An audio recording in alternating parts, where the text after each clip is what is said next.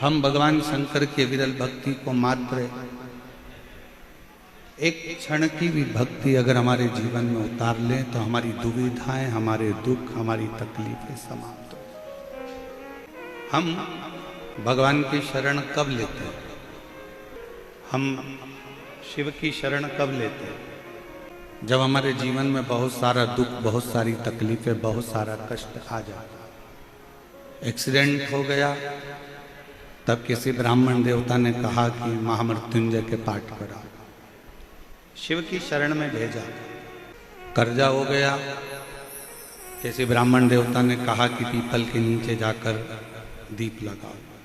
बहुत तकलीफें जब बढ़ गई, बहुत दुख जब बढ़ गया, तब फिर भेजा कि जाकर शंकर के मंदिर में दही चढ़ाओ या दूध चढ़ाओ। दुख आने से पहले शिव का नाम लेना चालू कर दो तो दुख आना वाला है। कष्ट आएगा ही नहीं, तकलीफें आएगी। हमारी आदत क्या है? जब बहुत नज़दीक में कोई आता है, बहुत नज़दीक में बीमारी बढ़ जाती है, बहुत नज़दीक में तकलीफ आती है, तब हम लोग भागते हैं। कोई तुमसे कहे ना कि भगवान को प्रसन्न करने के लिए बहुत सारी सामग्री की जरूरत है, और को तुम्हारे धन और दौलत की नहीं, भगवान को तुम्हारे निर्मल स्वभाव की और तुम्हारे भाव की जरूरत है। वो एक बार कहीं मौका मिल जाए और पंडाल में बैठकर कथा का रस तत्व ग्रहण करता है, ये निश्चित है शंकर उसकी झोली 3 महीने में भरता जरूर है। चंचुला देवी ने कौन सा पुण्य करा था? एक पापी की पत्नी थी चंचुला देवी, जिसका पति बिंदुक प्रेत योनि में पड़ा हुआ था। अच्छा कर्म नहीं करा था बिंदुक ने रत्ती भर भी, पर चंचुला देवी उसकी पत्नी थी। अब किसी ने एक बात पूछी थी, ने पूछा था कि चंचुला देवी अच्छी थी, उसका पति प्रेत योनि में पड़ा, बेकार था। वो ब्राह्मण होकर भी उसने बेकार कर्म करा था, पर उसका पति जो लाता था वो चंचुला देवी खाती होगी तो वो भी तो पापी कहलाई, पाप कर्म में तो लिप्त हो। सावधानी से सुने जरा, शिव महापुराण की कथा को बड़े विशेषता में श्रवण करना। अगर पत्नी का एक नाम होता है पत्नी और दूसरा नाम होता है धर्म पत्नी। पत्नी वो होती है जो पति को पतन के रास्ते पर ले जाती है, पत्नी वो होती है जो पति को सिनेमा घर ले जाती है, पत्नी वो होती है जो पति को मायके ले जाती है, पत्नी वो होती है जो पति को घूमने ले जाती है, और पत्नी वो होती है जो पति को घुमाने फिराने ले जाती है, और धर्म पत्नी वो होती है जो पति को सत्संग में लेकर जाती है, धर्म पत्नी वो होती है जो पति को भगवान के दरवाजे तक लेकर जाती है। पत्नी और धर्म पत्नी में जमीन और आसमान का अंतर है। अगर तुम्हारे कहने से तुम्हारे घर के पति, तुम्हारे कहने से तुम्हारे घर के बेटे, तुम्हारे कहने से अगर तुम्हारी बहू, तुम्हारे कहने से तुम्हारी बेटी, तुम्हारे कहने से तुम्हारा दामाद, तुम्हारे कहने से तुम्हारे पोता पोती, भूल से भी अगर एक बार मंदिर, सत्संग या कथा या भगवान शंकर की मंदिर तक पहुंच जाएं तो समझ लेना कि उस घर में तुमने सारे तीर्थ कर लिए और सारा तीर्थ का आनंद प्राप्त किया। लोग कहते हैं चंचुला पति कमाता था, पाप कर्म करता था, उसका अंश धर्म पत्नी खाती थी, तो इसको भी पापी की गिनती में रखा जाए। पत्नी उस पाप की हकदार नहीं होगी। क्यों नहीं होगी? उसका एक कारण है, पत्नी कभी अपने पति से नहीं कहती कि तुम चोरी करो, पत्नी कभी अपने पति से नहीं कहती कि तुम किसी के यहाँ डाका डाल कर लाओ, पत्नी कभी अब तुम बेईमानी कर लाओ, पत्नी कभी, पूरे दुनिया की कोई पत्नी अपने पति से नहीं कहती। हाँ, कोई पर नारी के चक्कर में अगर पति पड़ा है तो वो पर नारी जरूर कहेगी तुम डाका डाल के लाओ चाहे चोरी करके लाओ, पर मुझे लाकर सोने के हार दो, मुझे लाकर मोबाइल दो, मुझे लाकर कुछ भी दो, तुम डाका डालो चाहे कुछ भी करो, चाहे चोरी करो, पर मुझे लाकर दो, ये पर नारी कहेगी। पर धर्म पत्नी अपने पति से कभी नहीं कहती कि तुम डाका डालो, गलत काम करो, गलत व्यसन करो, गलत विचार करो, गलत कार्य करो और मुझे ला कर दो। इसलिए शास्त्र कहता है, कबीरा बाबा का एक लाइन जिंदगी में उतार कर रखना। और मुझे विश्वास है मेरे जयपुर वालों ने वो लाइन अपने अंदर उतार कर रखी, इसलिए बिल्कुल सही निर्णय दिया कि गुरु की करनी गुरु भरेगा, चेला की करनी चेला, और उड़ जाएगा हंस।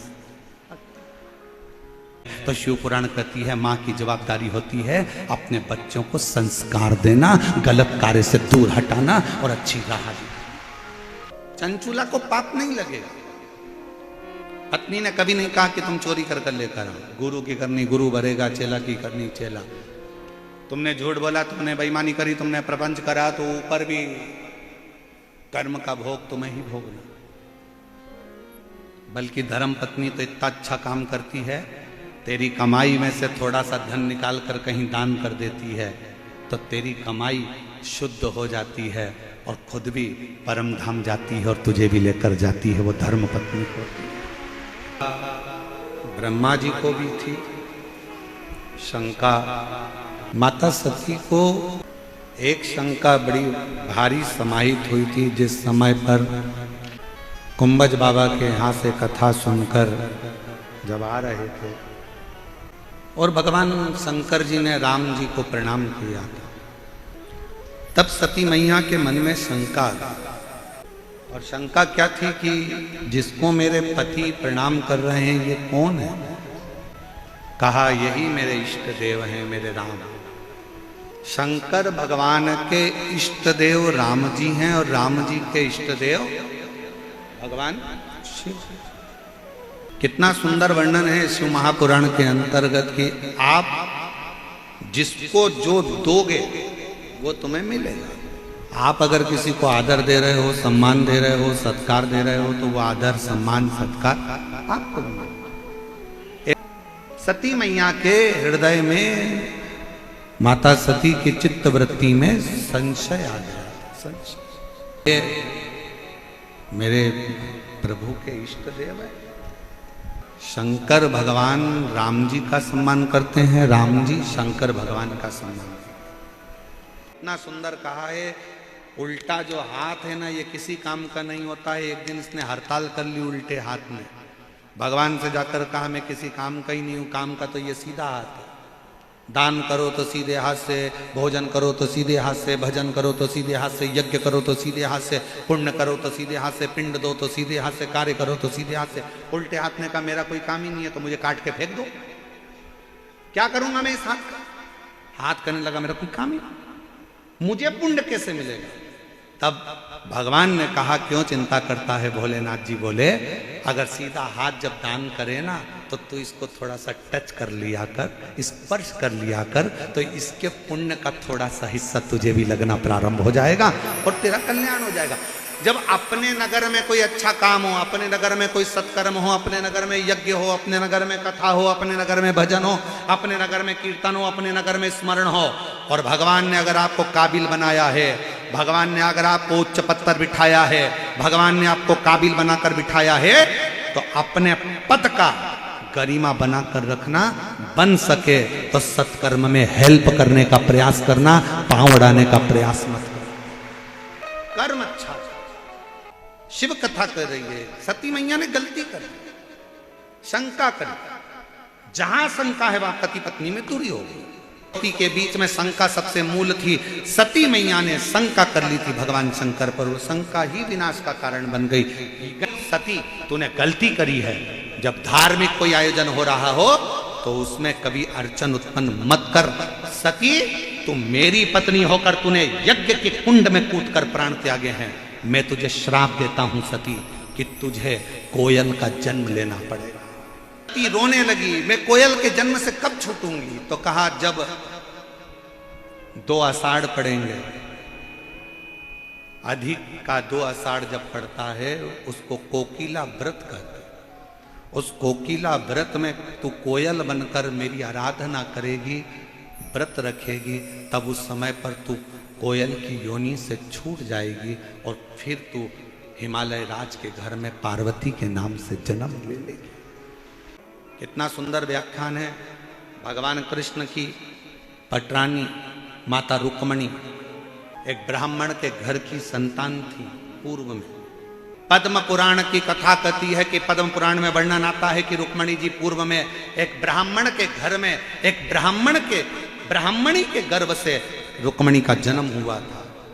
वो बेटी बड़ी हुई, विवाह कर दिया। जिस लड़के के साथ विवाह हुआ था 6 महीने के अंदर वो लड़का मर गया। ब्राह्मणी विधवा हो गई, रोती रहती थी, आंखों से जल गिरता रहता। अपने पिता से पूछा, बाबुल मैंने कौन सा पाप करा जो मैं इस अवस्था में विधवा हो गई, विधवा हो गई, इसमें मेरा दोष है क्या? शिव महापुराण की कथा का वर्णन करता है, पद्म पुराण कहती है विद्वान ब्राह्मण ने यज्ञ की अर्चना कर कर ब्रह्मा जी से पूछा, इसमें मेरी बेटी का कोई दोष है? विधवा होने में, उसके विधवा होने में मेरी बेटी का कोई दोष है क्या? ब्रह्मदेव लेखनी पढ़कर कहते हैं तुम्हारी बेटी का कोई दोष नहीं है। जो पुरुष मरा वो अपने कर्म से मरा, इसमें किसी महिला का विधवा होने में किसी स्त्री का दोष नहीं है। क्या दोष है? कई माताएं आंख में आंसू भरकर रोती हैं, पति चले गया, वेदव्य हो गए, भगवान कौन सा हमने पाप करा था, कौन सा हमने ऐसा काम करा था, वेदव्यता धारण कर ली, विधवा हो गई, ये हो गई, वो हो गई, ना जाने कितना कितना लोग बोलते रहते हैं। शिव महापुराण जिसने नहीं सुनी, नहीं पढ़ी, जिसने पद्म पुराण नहीं पढ़ी, जिसने 18 पुराण का अध्ययन नहीं करा, वो रोता है। और शिव पुराण यही कहती है कभी किसी पर दोष मत दो कि इसके साथ ऐसा हो गया, इसका पति चले गया तो इसकी पत्नी चली गई, तो इसका ऐसा हो गया तो उसका, कभी किसी पर दोष मत दो। सबको अपने अपने कर्म से जाना है। पति अपने कर्म से जाएगा, पत्नी अपने कर्म से जाएगी, लोग अपने कर्म से जाएंगे। किसी पर दोष देने की जरूरत नहीं। कई माताएं बड़ी दुखी होती है, पति चले गया, कोरोना में ऐसा हो गया, ये हो गया। अरे राम जी का चरित्र उठाकर देखो, माँ कौशल्या जी ने कौन सा गलत कर्म करा? राम जी की माँ थी, दशरथ जी चले गए थे, वेदव्यता का जीवन। दोष किसी अपने पर उसके कर्म का भोग उसको भोगना, अपने कर्म का अपने। ब्राह्मणी ने रोते हुए अपने पिता ने कहा तेरा कोई दोष नहीं है। मेरा दोष नहीं है? नहीं। तो फिर आपसे वर मांगना चाहती हूं। क्या? अब अगला अगर मुझे जन्म मिले, अगला जन्म मिले, तो मैं बस ये चाहती हूं कि मेरा पति कोई साधारण नहीं, स्वयं श्री हरि नारायण मेरे पति बन जाए। ब्राह्मण पिता ने अपनी बेटी ब्राह्मणी को, अपनी बेटी को कहा कि ये वर मैं नहीं दे सकता, ये वर तो दुनिया में केवल एक ही दे सकते हैं। कौन? ब्रह्मा भी ये वर नहीं देंगे, ये वर स्वयं भगवान विष्णु भी नहीं देंगे। ये वर तो केवल एक दे सकते हैं, और वो देव अधिदेव महादेव हैं जो भगवान विष्णु को भी प्रदान कर सकते हैं। ब्राह्मण की बेटी ने वेदव्यता धारण कर कर शंकर जी के पार्थिव शिवलिंग का पूजन करना प्रारंभ करा, शिव जी की आराधना करना प्रारंभ करा, शिव की आराधना। कई माताएं कहती हैं हम क्या पशुपति व्रत कर सकते हैं, हमारा पति नहीं, कोई कहता है ऐसा हो गया, वैसा हो गया, हमारी तलाक हो गया, हमारा ऐसा हो गया, हम क्या शंकर की पूजन कर सकते हैं, हम क्या सोमवार का व्रत कर सकते हैं, हम क्या ये कर सकते हैं? कौन मना करा है? कौन सा शास्त्र कहता है, कौन सी पुराण कहती है कि पति गया तो पत्नी भजन नहीं कर सकती, पूजन नहीं कर सकती, अर्चना नहीं कर सकती, दान धर्म पुण्य नहीं कर सकती? कौन करा? ब्रह्माणी ने, ब्राह्मण की बेटी ने शिव जी की आराधना प्रारंभ करी, पार्थिव शिवलिंग का पूजन करा, आराधना करी, अर्चना करी। एक दिन भगवान शंकर उस ब्राह्मण की बेटी के ऊपर प्रसन्न होकर प्रकट हो गए। क्या चाहिए बेटा तुझे? मांग, तुझे क्या चाहिए? कहा मुझे नारायण पति चाहिए। शंकर भगवान ने कहा ठीक है, मैं तुझे वर देता हूं। वर, एक राजघराने में तेरा जन्म होगा, राजा भीष्म के घर में। तू रुक्मणी बनेगी। द्वापर में भगवान कृष्ण नारायण का ही अंश रहेंगे और तेरा विवाह उस कृष्ण से हो जाएगा। तू पटरानी बनकर शिव की आराधना, शंकर की कथा, शंकर की भक्ति, शिव की भक्ति, शिव की अर्चना, शिव का नाम, शंकर की आराधना आपको कहीं परमात्मा से जोड़ने का कार्य करती है। कई माताएं कहती हैं हमारा दुख कब कटेगा महाराज जी, हम बहुत तकलीफ में हैं महाराज जी, हम बहुत कष्ट में हैं महाराज जी। तुम शिव नाम लेते जाओ, कहीं प्रपंच में नहीं पढ़ना, श्री शिवाय नमस्तुभ्यम जपते जाना, भगवान शंकर की आराधना करते जाना, शिव का उच्चारण करते जाना, दुख कटेगा। कोयल की योनि से सती मैया छूट गई और सती मैया कोयल की योनि से छूटी, कोयल की योनि से मुक्त हुई, तब हिमालय राज के घर में पार्वती के नाम से विख्यात। वही पार्वती मैया शिव जी के साथ में ब्याह गई। ब्याह करने के बाद माता पार्वती मैया एक बार विराजमान थी और विराजमान रहने पर विदल और उत्पल दो असुर ऐसे हुए जो पार्वती जी की सुंदरता पर आसक्त हो। पार्वती मैया ने कुंदुक उठाकर प्रहार करा, वो कुंदुक से विदल उत्पल मर गए और वो कुंदुक चरण में जाकर भगवान के लगा। शिव जी का नाम कुंदकेश्वर महादेव। पूरी दुनिया में एक नाम शंकर जी का ऐसा है, कुंदकेश्वर महादेव का। जीवन में कितना बड़ा भी अगर रोग आ गया, डॉक्टर ने जो दवाई दी है वो खाओ, डॉक्टर को दिखाते रहो, और डॉक्टर की दवाई अगर शरीर में नहीं लगे तो कुंदकेश्वर महादेव के नाम से दवाई खाना प्रारंभ करो, आराम लगना प्रारंभ हो। कुंदकेश्वर नाम शिव का रोग से मुक्त करने का नाम। कौन सा नाम? कुंदकेश्वर। भगवान